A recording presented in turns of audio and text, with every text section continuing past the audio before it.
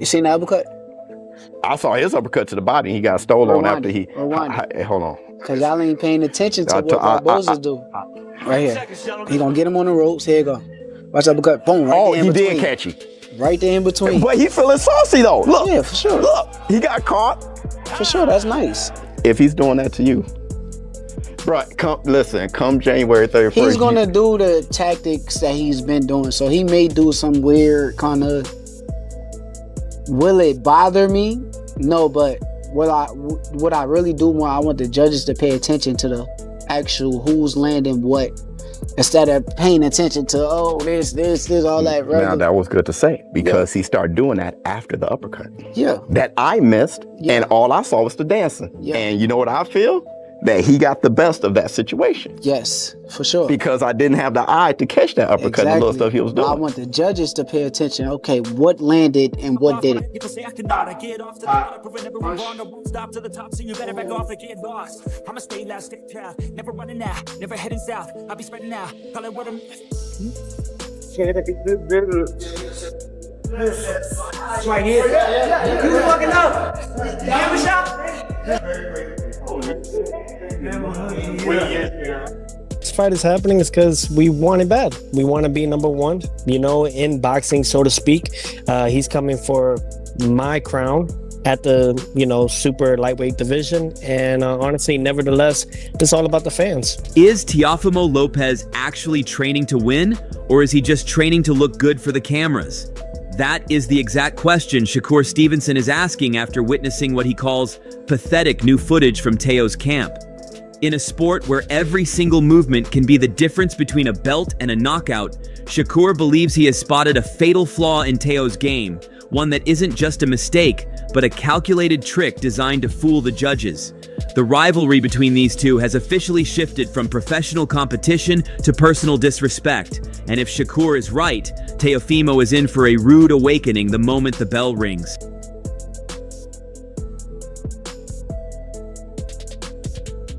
Well, every day is a learning experience, so when he's in there, he's just focused, and when I see him focus, every time I know that he has somebody, I always tell him, you already figured him out. That's like letting him know, have fun. From now on, just have fun. Back air. Double jab. 1, 2. When it comes to it, boxing is pretty much all mentality. It's all mental. Are you mentally prepared with the audience? Are you mentally going to be prepared with the certain punch selection? There's things that I also got to train as well. There's things that I have to maintain as well. Those are things that I have to work on within myself. It's a muscle. And it's a muscle memory that you have to create now. If you don't create now, it can harm you the day of. Shakur didn't hold back when analyzing Teo's latest workout clips.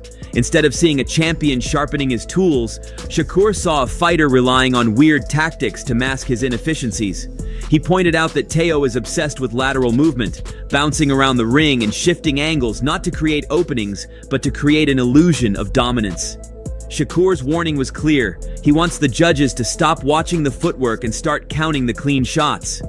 According to him, all that excessive motion is just a smokescreen to distract everyone from the fact that Teo isn't actually landing anything significant.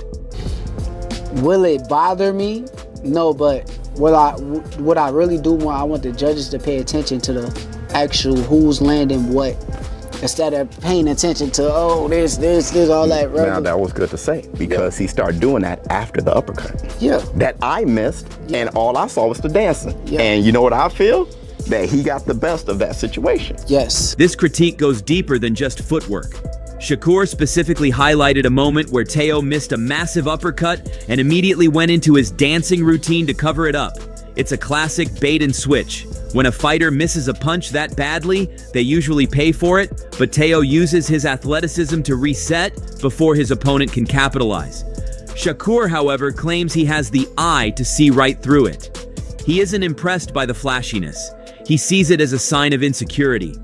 If Teo thinks he can just dance his way out of trouble against a technician like Stevenson, he is fighting the wrong battle. It's longer. Exactly. Stevens' defense probably the best in the game, and he's longer. Great reflexes and timing, and so does Teo. That's why he's a great counterpuncher. But Teo's, he's a very special athlete, and as a competitor, he is one of those guys who saves his A game for a fellow elite opponent. That's when he really rises his game and shows us the Teofimo Lopez that everybody thought he was when he was a prospect. People used to look at him and say, oh, this guy is going to be the star in boxing. It didn't really play out that way, but every now and then he reminds us how special he is. Teofimo is a two-division Ring Magazine champion. In both fights where he won the Ring Magazine championship, he was the underdog. 4-1 underdog against Lomachenko. People forget, Lomachenko was taking elite fighters in the lower divisions and they were quitting. Yes. He was beating them into some, they were like, I can't do this, right? And Teofimo beat him. Right, he outboxed him. Yeah, he didn't do it by physically imposing himself on him. He outboxed him. He outfought him. He had speed, power, and then again against Josh Taylor at junior welterweight, he was the underdog. So he saves his best for his biggest moments. To understand why Shakur is so critical, you have to look at the bad blood simmering beneath the surface. This isn't just about boxing styles. It's about a long-standing grudge rooted in jealousy. Shakur believes Teo has held a resentment toward him ever since they were coming up on the same cards. The tension boiled over when Teo made controversial comments about ESPN, suggesting the network only likes black fighters. I don't sugarcoat all these and they sorry for my language. No, but that is the problem. I don't ride off that. Yeah. And just to even put it more on the spot, this is my last fight on ESPN. Yeah. Because this is this is no longer, I'm sorry, but I'm not sorry. This is why this fight means everything to me. If they want the black fighters, they could keep them. I brought Bud Light to top rank. So I'm sorry, but I ain't sorry. I agree. This is why this fight means everything to me. If they want the black fighters, they could keep them. I brought Bud Light to top rank. I'm sorry, but I'm not sorry. Shakur took that personally, interpreting it as a direct shot at his own rapid rise in the sport. He views Teo's frustration not as a legitimate grievance, but as envy toward the attention and opportunities Shakur has earned. That was crazy, man. He talked crazy about black people. He talked crazy about Puerto Ricans. Man, he gonna pay for it. He gonna pay for it January 31st. It's time to show him what the level is. I don't think he realized what the level is, so I can't wait to show him. Let's take a step back, guys. Shakur, he's saying that a lot of the pressure is on you in this fight, saying that you got more to prove and that the lights are too bright for you. What do you feel about that? Man, I don't believe in pressure. Pressure, you could make diamonds or bust pipes, and at the end of the day, I'm a diamond, so I've been shining my whole career. It's not gonna stop now. The same guy you've been seeing at a higher level is gonna show up. Are you looking to show your dominance throughout the 12 rounds or maybe end it early? I don't know. We'll see. I know one thing that they sleep on is my power. And a lot of people say I can't crack, but if you get in there with these 8-ounce gloves and let me punch you, you wouldn't want to just walk through my shit. How did Camp feel making this 40? 40's easy. I mean, 35 was easy. I don't struggle for weight, so the only weight class I probably would struggle to make is 130. But other than that, it's easy. Teofimo, on the other hand, is banking on a physical advantage that he believes Shakur simply cannot overcome. He has publicly mocked Shakur's power, famously claiming he hits like a 6-year-old. Teo's argument is that 135 pounds was Shakur's peak, and moving up to 140 is a bridge too far. He doesn't respect Shakur's ability to hurt him, viewing him as a fragile fighter who runs to survive rather than fights to win. Shakur's response to this is interesting. He admits he slowed down his last fight on purpose to lure fighters like Teo into a false sense of security.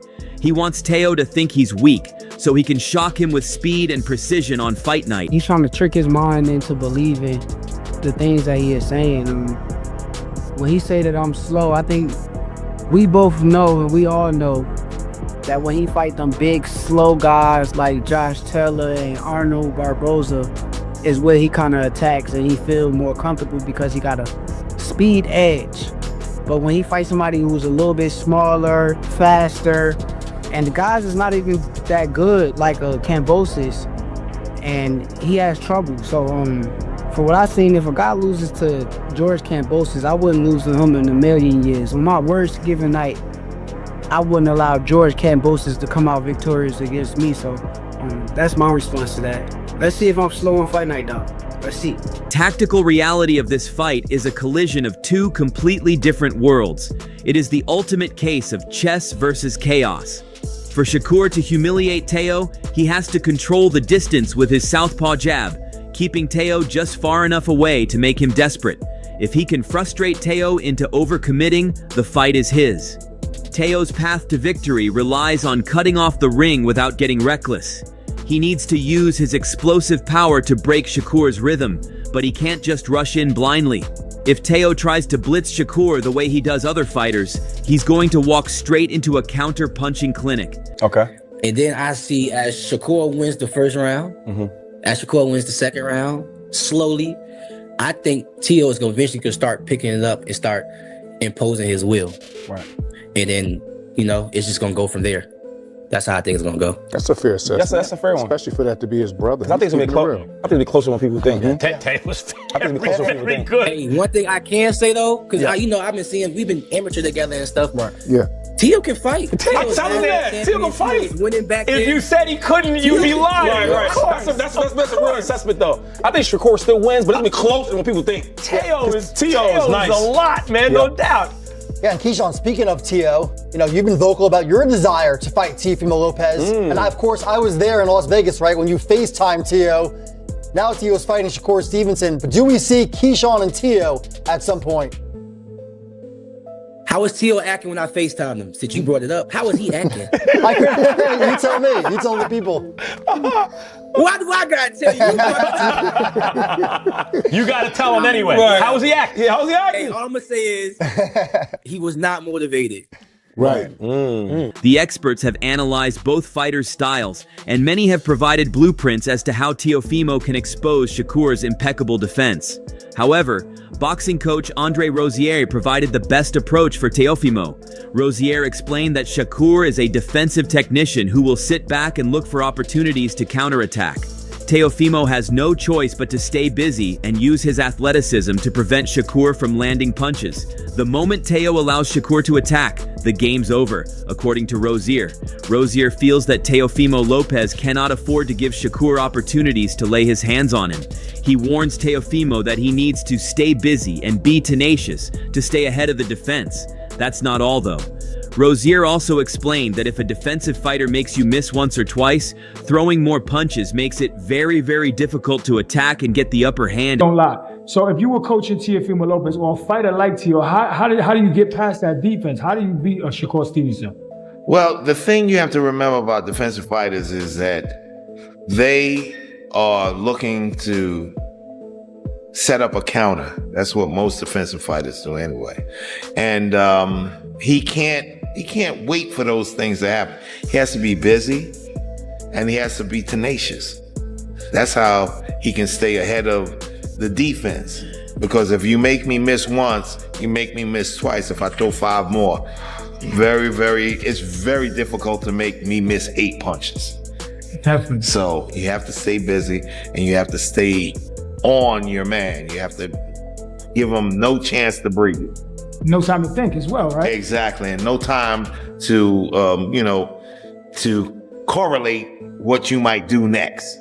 So we don't want that to happen. You have to stay ahead of that game. Absolutely, man. Well, we were very close to see that fight. I can't wait to see it. Andre, talk to us about your company. It looks like Teofimo has a lot of work to do in the gym to figure out the right approach against Shakur. For this reason, Teofimo has adopted a dark, isolated mindset for this camp. When asked about Terrence Crawford, who is close friends with Shakur, potentially being in the opposite corner, Teo shut it down immediately. He insists there are no friends in this sport. He isn't interested in the brotherhood of boxing where everyone wants to see everyone else win. He is determined to separate himself from the pack, and that means viewing everyone, even former acquaintances, as enemies. This isn't about motivation for him anymore. It's about determination. He claims he doesn't need external hype because his drive comes from a need to advance his life, not just his career. 60-40. With Shakur, it's all about the danger you could put in front of him. Teofimo's about to fight Shakur Stevenson. Who wins, and what does that fight look like? I mean, everybody expect me to be like, Shakur's gonna win easily, right? Well, that's what we think. Yeah, nah, I think it's a good fight. I think it's honestly 60-40. I think, obviously favors Shakur. He's the more unbeatable guy because he's hard to hit him, period. But Teo also has the abilities to not be that easy hittable. Like he's not just a guy you're sitting there to pick apart. He's also athletic and defensive at times. Yeah, so I think it's a 60-40 fight. I'm favoring Shakur. And I don't know how Shakur is gonna win the fight. With Shakur, it's all about the danger you could put in front of him.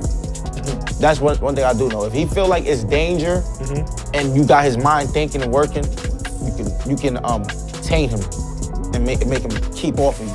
If Teo can't make him think, if Teo don't got nothing that's like, yo, this motherfucker hurt me, Shakur's gonna have his way with him. So it's all about what Shakur feels in that ring that day. So in other words, if he does sense some danger, if Shakur sense some danger, it'll be just a different type of fight, but he'll still win. Right. It'll be more of a, I'm gonna get what I can get and I'm out of here. The betting lines are already moving, and other elite fighters are putting their money where their mouth is. Ryan Garcia has stepped into the debate, placing a literal cash bet on Shakur Stevenson to win. Ryan's logic is simple. Teofimo struggles against boxers who make him chase. We saw it with Sandor Martin, and we saw it with Kambosos. Teo looks like a monster when guys stand in front of him, but he looks pedestrian when he has to hunt down a moving target. Ryan believes Shakur's elite movement will be the kryptonite that Teo simply hasn't figured out how to solve. I got the feeling, and listen, this is just me, Shakur. I really believe that 2026 is your year. For the simple fact, you're starting off with this banger. You got guys like Gervonta who's out of the ring. It's like, man, I just believe all eyes are going to be on you. When you visualized it, how do you see 2026 panning out for you? I think I'm becoming a big superstar in the making. I think you're right. I think this is my year. I feel like I'm going to put it all on the line. I'm going to fight for my legacy. And truthfully, I am a superstar. Like, I'm born a superstar. I've been trying to run from it my entire career, but at the end of the day, I finally just know now, step in my shoes and enjoy it. This is what God wants for me, and I got to follow God's path. Yeah, but my question is, why would you try to run from that, man? Because for years, people have been saying it's either Shakur or Tank Davis. Why run from that spotlight? Because it's overrated. It's an overrated position. You got to realize when you get into that spotlight, it is a lot of great things that come with it. The money, the success, and all of that stuff. But it's a lot of negatives too. You have people in your business. You have people that want to tear you down just because of the position that you in. So you go places and you got to watch where you at, how you move. It's people that are seen in that position to where they barely could go to the bathroom by themselves without 6-7 security guards following behind them. So, like I said, it's an overrated position. And I mean, at the end of the day, like I said, it's God's path, though. It's God's path, and that's where He want to take me. So let's do it. Yeah, I love it. Shakur Stevenson isn't just training to win a decision. He is training to expose a fraud. He believes Teofimo Lopez has been getting away with dancing and flashy tactics that don't hold up under elite scrutiny. On the other side, Teo believes he is facing a fighter with no power who is too small for the big leagues. Both men are convinced they have the other figured out, but only one of them is right. Will Teo's power finally shatter Shakur's perfect defense, or will Shakur's precision turn Teo's aggression into his biggest weakness? One thing is certain. After all the trash talk, the dancing is about to stop. We'd love to hear from you, though. Do you think Shakur's superior defense will be enough to keep out Teofimo's athleticism and explosiveness? Will he bring something new to the ring on fight night and surprise the fans? And can Teofimo prove his point that Shakur isn't defensively gifted as most people think? Let me know your opinions in the comments. That's all from today's video. If you enjoyed it, remember to leave a like, subscribe, and ring that bell icon so you never miss our upcoming videos. And don't forget to share your thoughts in the comments section. Stay tuned, and we will catch up with you in the next video.